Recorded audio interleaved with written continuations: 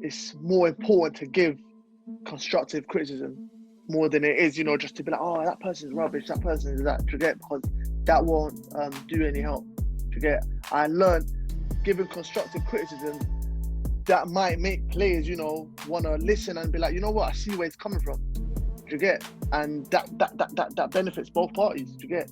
That benefits the player because the players might, want to step up their game a bit more in the right way, with a positive mindset, and it obviously is positive for the supporters as well because we also want to see the players performing. Do you get?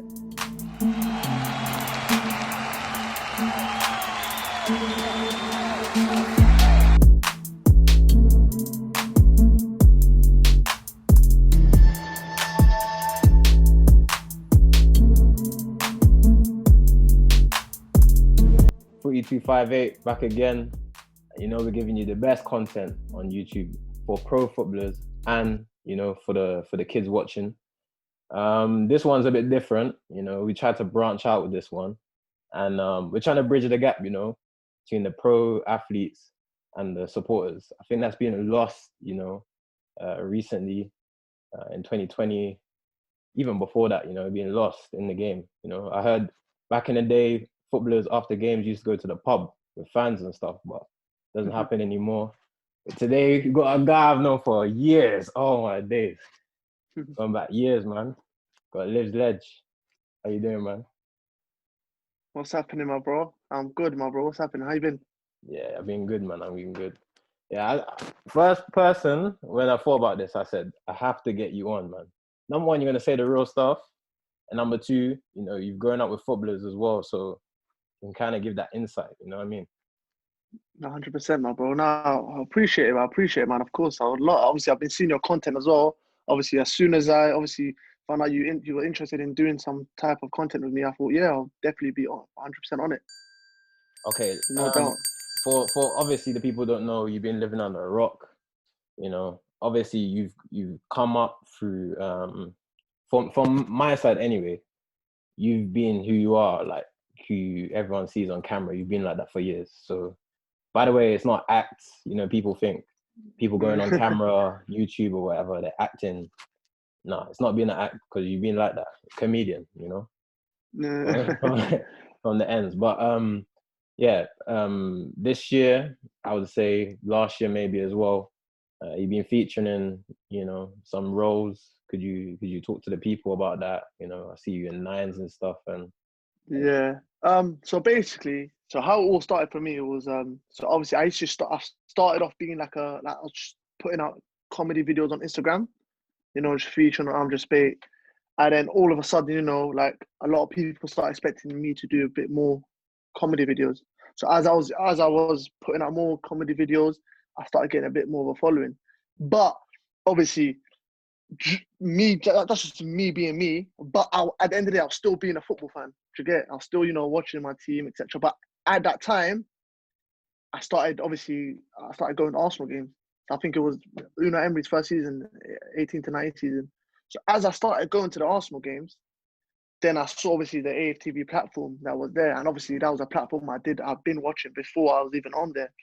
Then I said to myself, you know what? It'll be a perfect time for me. Obviously I've got a bit of steam under me. I've got a bit of like support behind me. That's a great time for me to go on there, voice my opinion. Obviously I'm someone that's very passionate about football.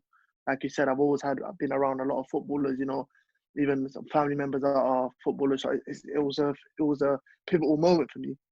So I decided to take that step, jump on the AFTV platform, which at that time wasn't easy because everybody was trying to be on there. So after games, I had to wait my time. I had to wait my turn. I had to wait till I got on there, said what I said. And obviously, just each time, every match I was going to, I just kept on, just giving out my opinions. And obviously, the fans took to me, and that's how I just got the ball rolling from there, man.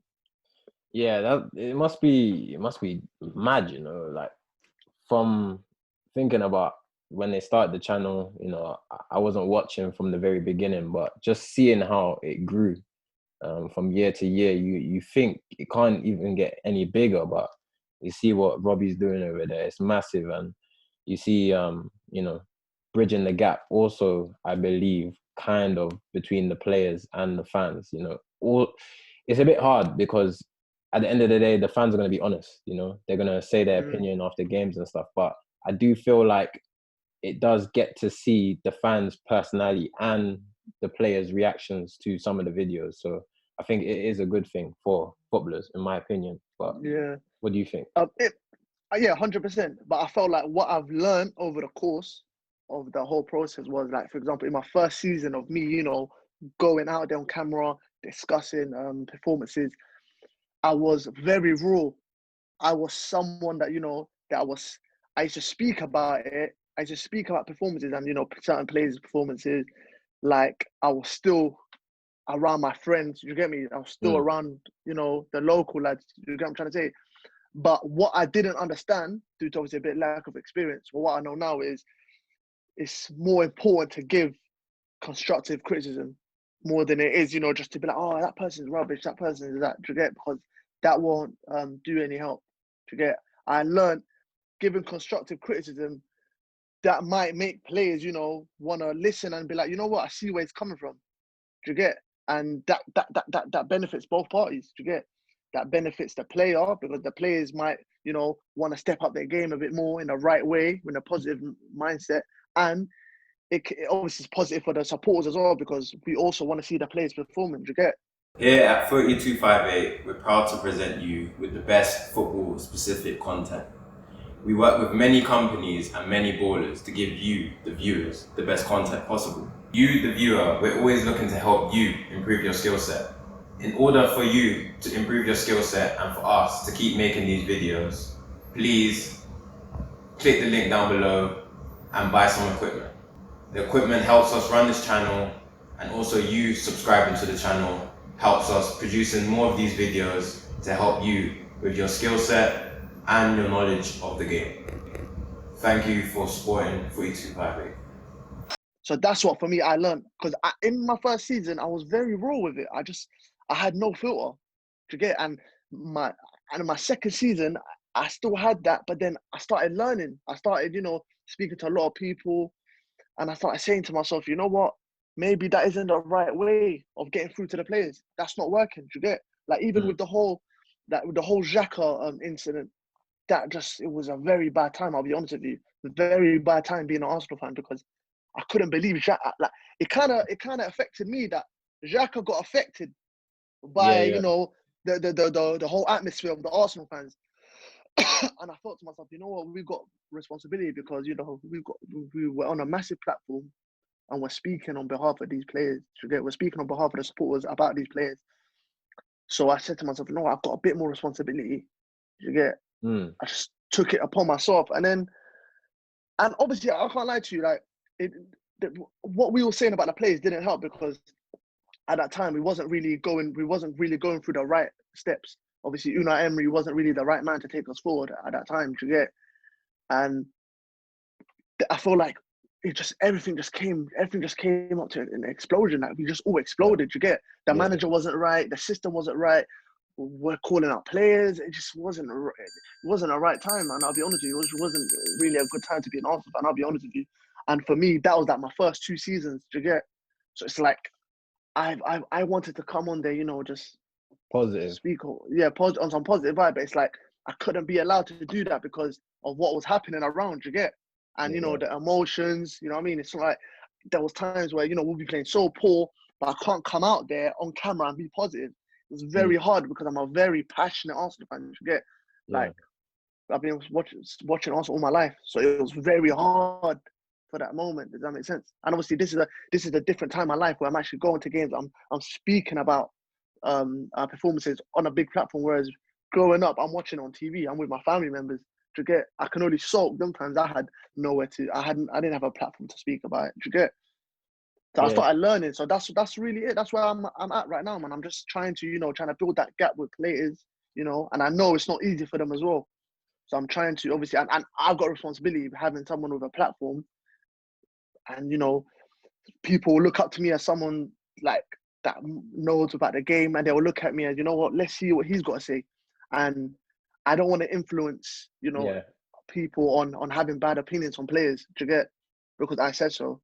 I'd rather, you know, put constructive criticism on where they can improve, why they did what they did and how they can move on.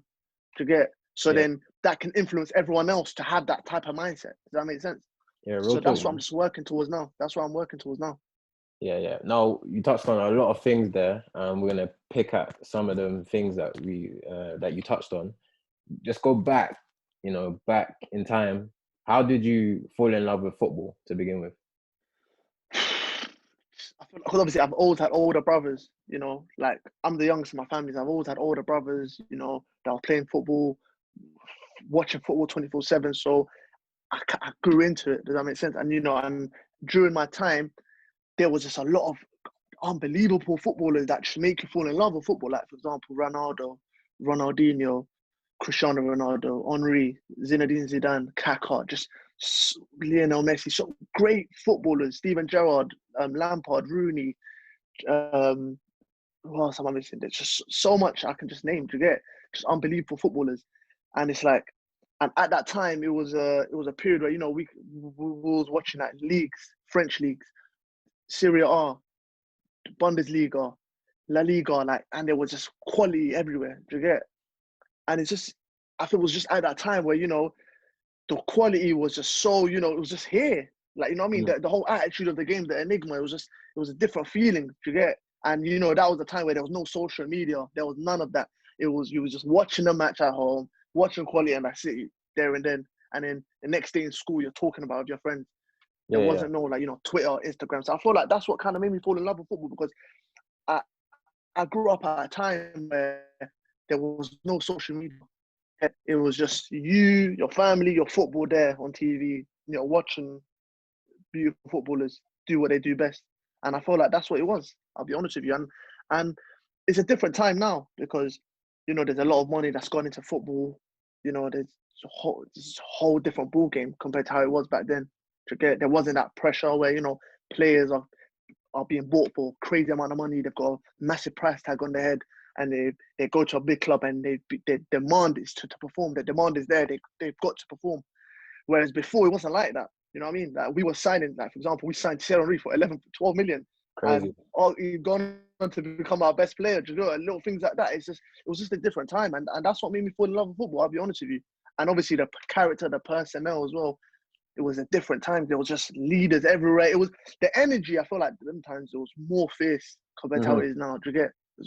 That's what it was for me. So that's what I feel like. That's what spurred me on. Yeah. No. Again, you just touched on a lot of things there. I wanna pick up what you just said. Do you reckon the money and the fact that there's social media now, do you think that kind of makes society perceive footballers in a certain way? You know what I mean? So they're getting more money now, they're on social media, they could be perceived as flaunting what they've been given. And from my side of the coin, we work hard all of our lives to do this job. I agree that it's crazy amount of money at the top that you can get paid for, but in also my position, I'm not a millionaire. I'm not somebody who's doing way better than the average person. So when you get to that stage, it's understandable why a footballer could cherish that and, kind of, I wouldn't say show off, but, be proud of what they've achieved. What does it 100%. what does it look like from the outside as a fan looking at players nowadays? Well, it's a good question, because everybody has their own opinion. Everyone has their own perspective. I can only obviously speak on how I see it. With the way I see it, obviously, footballers, they can do whatever they want. Okay, they've earned the right, to be in that position, and they want whatever done. I'm not really someone that focuses on, how much they're getting paid, and this is what they're buying. I don't really. It's up to them at the end of the day. But one thing I can say, I feel like there's a lot of players that they use the social media side of things, and they like to engage with their followers, but sometimes they get a bit carried away due to they're professional footballers, and being a professional footballer on that pitch, fans and supporters of their teams, they like to see that work ethic, to get that hunger, that passion. Does that make sense? Mhm. And I feel like some footballers, they don't have that balance. That balance. Yeah, and what it is, it's all about. Yeah, like for example, like Raheem Sterling, yeah, he's probably on loads of money at Manchester City, probably over 200 grand a week. But no one can say when Sterling's on that pitch, he doesn't. Yeah, Sterling was hard. He's always trying to see how he can improve game after game. To get his body language shows it. He's never someone that that just an extra passenger. You can see from the outside. To get, and for me, I always look at players' body languages and their desire to get their whole attitude on the pitch, because that's where people actually judge you on. To get, anybody could be talented, but for example, look at Mesut Ozil. Mesut Ozil has been getting slated for the last 5-6 years at Arsenal, even though we know he's an unbelievable footballer. We know how great he is. We know the ability he possesses, one of the best. But we can see that his body language sometimes, it doesn't look like he wants to be there. Does that make sense? He doesn't show that work ethic, that hunger, that desire. Does that make sense? And not only supporters are being annoyed by the fact that, he don't look like he's trying, but there's also some footballers that are not in that position, that would die to be in that position, that know that they would work so hard, so much harder to get, and they'll fight more. So everybody can relate in that type of aspect. To get, if you're looking in that perspective, everybody can relate. You know what I mean? And I feel like that's where the drawing line is. It's like, how can footballers have the right balance to be successful on that pitch, for 90 minutes, just fire it out, grind it out, because obviously that's their job, yeah, and do what you want as well outside your life. Do what you want. If you want to pose in your cars, or if you want to go clubbing, or do whatever you want, it's up to you. It's your life. You get me? You worked hard to be in that position. But I feel like the demand for players to be working hard, showing that they're happy in the position they are in, just showing that they're grateful, to be playing week in, week out, and showing that fight on the pitch. I feel like that just needs to be shown. Does that make sense? And I feel like some players, they don't really show that. They give up very easily. And I feel like sometimes I can't really speak on their behalf, because I don't know what's going through their head, but it can look like sometimes, 20, 30 minutes to go to the game, they just switch off. They're like, you know what, game's nearly done. Let me just go home. I'm going to get paid end of the week. What to do? Little things like that. And obviously, I'm not saying that's every footballer, but there are some footballers that have that mindset. Does that make sense? Yeah. And that's where the talk comes in, the discussions come in, where, what's going on? Does that player really, is he fit to wear the shirt? And let's be real, this only happens that, for me, I feel like the pressure for players to be turning up, that I feel like that comes from being at big clubs, being at a top 6 club. Like, for example, Alex Iwobis, Ainsley Maitland-Niles, these were 2 footballers, for me, in my opinion, I had a very good insight on them, because going back to when I first started going to Arsenal matches properly, consistently, and I started going on AFTV, I'll be looking at them as, these are players that I expect to see more from them, a bit more energy. But in that time, I didn't know that not having the right coach can affect that. Because when I look at Ainsley Maitland-Niles now, he's a different man now. Since Arteta's come into the fold, he's a different man. What I was expecting from him under Emery, he's showing that now. He's off the ball movement. He's very loud. You can tell he's dishing out instructions on the pitch. He's being involved in a team. He's showing the hunger, fight, desire. Does that make sense? He's not giving up no more. He's fighting the whole 90 minutes. And obviously I didn't really see that under Emery, and I kind of used to look at that and be like, you know what, is he fit to wear the shirt? But I learned having the right coach is very important, especially when you're young like he is. And you need that development. Does that make sense? Because obviously he's come through the youth, so you need that development. You need that right coach to be like, show you how your game can elevate. And that's what I've learned personally. And now he looks at what I rate about Ainsley Maitland-Niles is he's not really like on the social media. He's not really a social media man like that. Mm-hmm. You know what I mean? And I respect. That's one thing I've always respected that about him. I'm like, you know what? He's been getting a lot of stick during the Unai Emery times, but he's not even on the social media like that.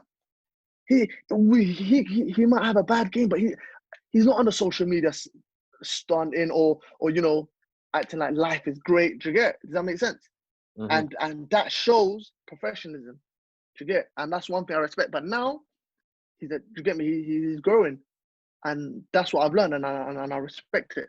And with Alex Iwobi, I felt like the pressure with him was different because he was an offensive player. Do you get? And when you're an attacking player at Arsenal, what do fans want to see? Fans want to see goals and assists. Does that make sense? Mm-hmm. Do you get? And I felt like that was the pressure he was up against. And obviously, I felt like fans sometimes, like myself, I look back on it, I'll be like, maybe I was very harsh on the criticism I was giving him because he didn't really deserve that because he's a young player still. He's still got time to develop. To get, you know what I mean? He's got a very long time to develop, and maybe again the right coach. That's how vital it is. Having a right coach by your side can take you to that game, to that extra level. To get. But him being a number 10, a player out that can play out wide at Arsenal, that time our demands was to get back into the top 4. Do you get? And obviously going to Everton was a decent move for him because I feel like at Everton, that he don't have that pressure that he has at Arsenal. Does that make sense? At Everton, he can actually stay grounded, focus on his football, improve day in, day out. And now obviously he's at Everton, he's got Ancelotti, one of the greatest managers of all time, greatest coaches of all time as his manager. It's up to him now. Do you get? He's got the fundamentals. They've got a system there for him. Do you get me? To train week in, week out. It's up to him. If he wants to train week in, week out and improve, it's all up to him because it's all there for him. The blueprint is there for him. Do you get? And a lot of young players don't have that. There's a lot of talented young players that don't have the right coaches around them. They don't have the right team, the right system. You know what I mean? And with young players as well, in this day and age, it's very important that you're around quality players to improve. Because, for example, Sterling, his game, from when he went from Liverpool to City, it just went up like that. Why? Because he was around world-class players. Do you get? And when you're a young player and you want to elevate, being around great world-class players with loads of ability, training with them every week, do you get? You can only go up, bro. You can only look up. Does that make sense? Yeah. But then again, that's what I'm saying. Not every young footballer's got the chance to. They don't get the chance to be in that position. Does that make sense? So that's why work ethic is very important. For more content like this, like, share, and subscribe.